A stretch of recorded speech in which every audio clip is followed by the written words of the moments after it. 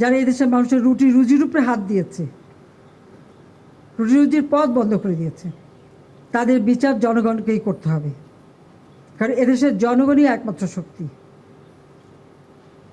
বিভ্রান্ত ছড়ায় কাউকে যেন কোনো রকম মিথ্যা অপপ্রচার চালিয়ে কাউকে যেন বিভ্রান্ত করতে না পারি।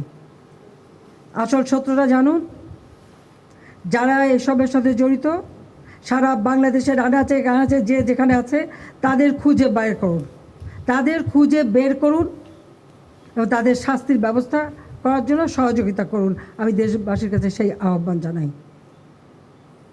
এই দেশটা আমরা অনেক কষ্ট করে স্বাধীন করেছি, আর আজকে বাংলাদেশের উন্নয়নের রোল মডেল। আজকে বাংলাদেশ এক ধাপ উন্নত হয়েছে, উন্নয়নশীল দেশের মর্যাদা আমরা পেয়েছি। সেই মর্যাদাটাকে ধ্বংস করার জন্যই এই ধ্বংসযজ্ঞ। আজকে এখানে এসে আমার সেই অতীতের স্মৃতিগুলো মনে পড়ে। আমি কতবার এখানে এসেছি, প্রত্যেক নির্বাচনের আগে এখানে ভাষণ দিতে এসেছি, এখানে নানা অনুষ্ঠানে এসেছি।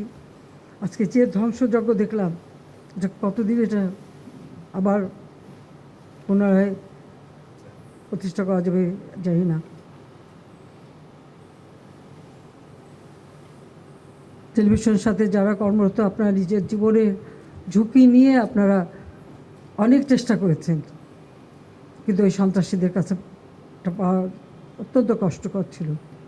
তবুও আমি আপনাদেরকে ধন্যবাদ জানাই যে আপনারা এই জাতীয় সম্পদ, এটা কারো ব্যক্তিগত সম্পদ না, এটা আমার ব্যক্তিগত না, এটা দেশের মানুষের সম্পদ, সেই সম্পদটা রক্ষা করার জন্য আপনারা চেষ্টা করেছেন।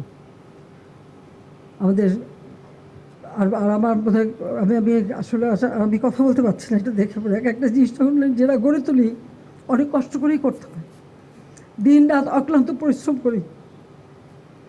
কার জন্য? আমার জন্য, তা তো দেশের মানুষের জন্য।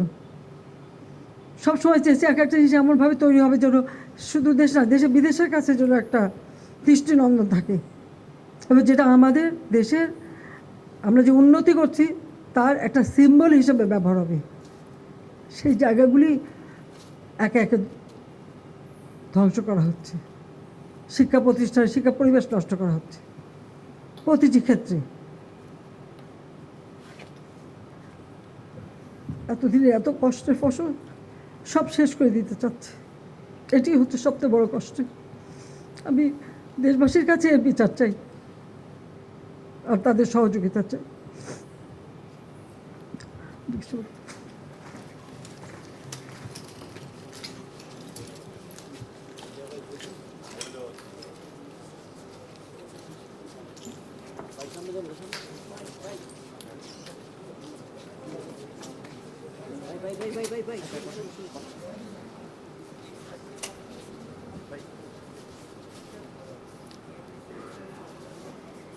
ভাই